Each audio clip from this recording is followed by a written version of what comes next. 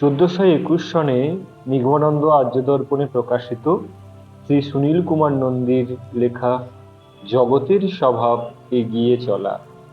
সত্য যার আশ্রয়, সত্য যার সহায়, সত্য যার লক্ষ্য, আর তার আবার ভয় কিসের? জীবনের লক্ষ্য স্থির করে সত্য লাভ না হওয়া পর্যন্ত অপ্রতিহত গতিতে কর্মক্ষেত্রে চরম সীমা পর্যন্ত চলে যাওয়ার নামই এগিয়ে যাওয়া। শ্রী শ্রী রামকৃষ্ণ পরমহংসদেব তার শিষ্য ভক্তদের উপদেশ দিয়েছেন, এগিয়ে যাও। এই সামান্য কথাটিতে কি মহান সত্য নিহিত আছে, তা একমাত্র এমন ধারা মহাপুরুষগণই জ্ঞাত আছেন। সমুদ্র মণিমুক্তা নানা রত্নে পরিপূর্ণ বলে তার নাম রত্নাকর। সমুদ্র হতে রত্ন উঠাতে হলে রত্ন উত্তোলনকারীকে ডুব দিয়ে সমুদ্রের তলদেশে যেতে হয় এবং তথায় অনুসন্ধান করে রত্ন সংগ্রহ করতে হয়।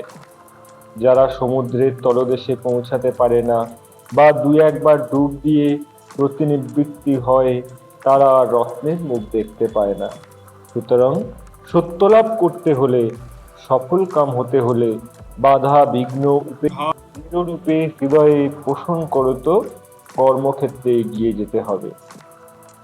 একটি তত্ত্বমূলক গানের মাধ্যমে এই এগিয়ে যাওয়া সম্পর্কে একটা সুন্দর উপদেশ পাওয়া যায়। ডুব ডুব ডুব রূপসাগরে আমার মন, তলাতল পাতাল খুঁজলে পাবি রে প্রেম রত্নধন। অর্থাৎ তিনি প্রেম রত্নধন লাভ করতে চান, যিনি প্রেমে আত্মহারা হতে চান, যিনি সমগ্র জীব জগৎকে প্রেমের আচ্ছাদনে বাঁধতে চান, তিনি সর্বপ্রকার বাধা বিপত্তি নৈরাশ্য অতিক্রম করে গুরুর নির্দেশ মতো একাগ্র চিত্তে আপন লক্ষ্যে অগ্রসর হন, অবশ্যই সফলকাম হবেন।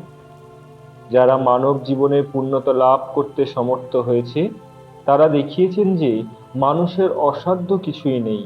মানুষ দুর্লভ বা অক্ষম নহেন, শক্তির বিকাশ আপনি আপনিই ঘটবে, চাই শুধু কর্মে সমর্পণ। যিনি সম্পূর্ণরূপে গুরুতে আত্মসমর্পণ করেছেন, তার আর ভাবনা কিসের?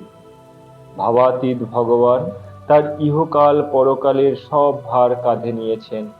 যিনি ভগবানকে নিজের সম্পূর্ণরূপে সঁপে দিয়েছেন, তিনি ভগবানের কৃপা উপলব্ধি করে ধন্য হয়েছেন।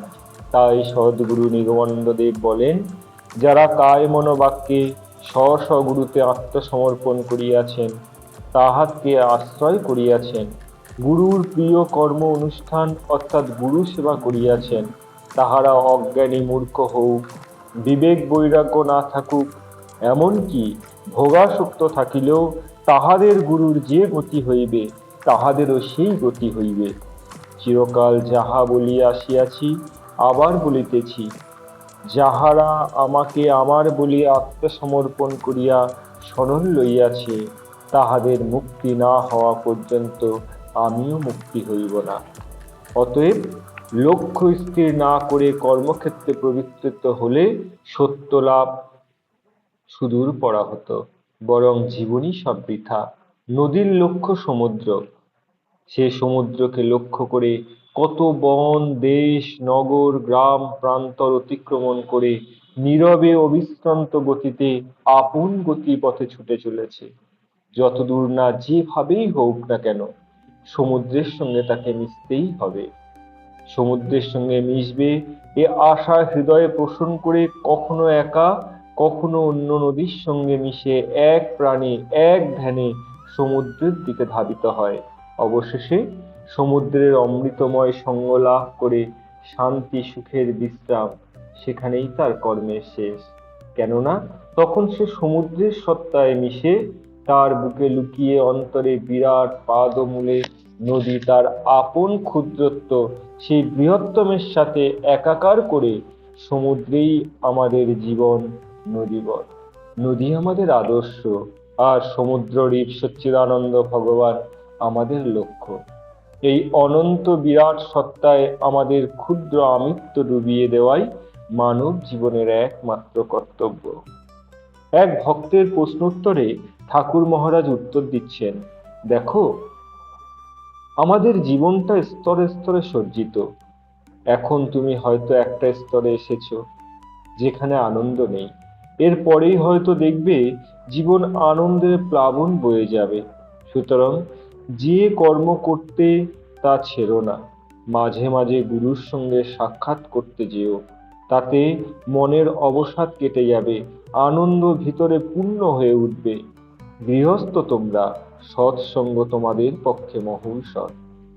অর্থাৎ আমাদের মতো অন্ধদের বুঝালেন যে লক্ষ্য স্থির রেখে আধ্যাত্মিক জগতে যখন অগ্রসর হওয়া যায়, ততই মায়া মোহ কেটে যাবে। আর যতই আবার উত্তরোত্তর বৃদ্ধি করব, সেই স্বরূপানন্দের বিকাশ ঘটবে।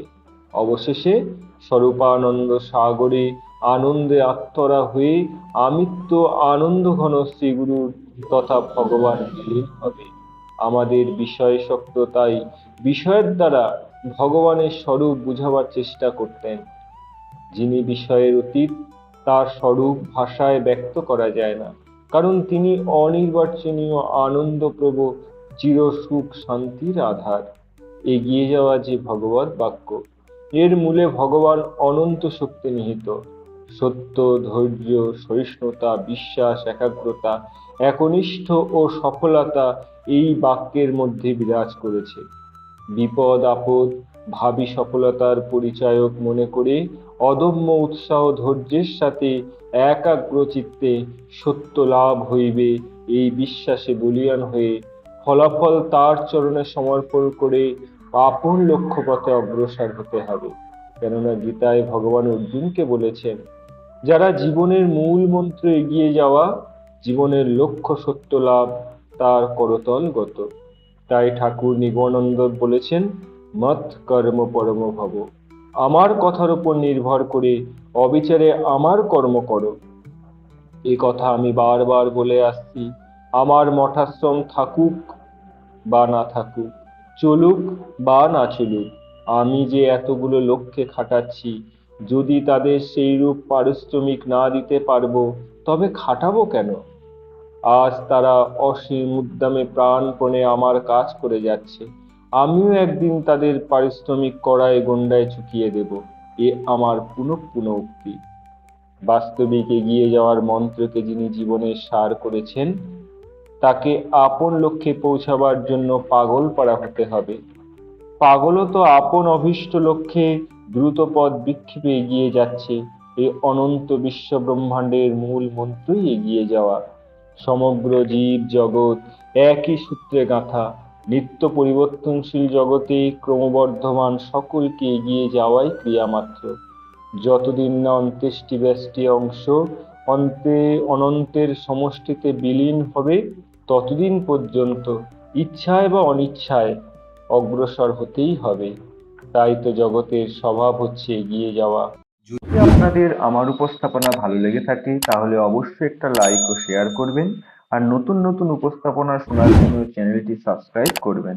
আর ভিডিওর শেষে যে কথা বলি, আপনারা সুস্থ থাকবেন, ভালো থাকবেন, ঠাকুর নিগমানন্দ চ্যানেলের সঙ্গে সদা সর্বদা যুক্ত থাকবেন।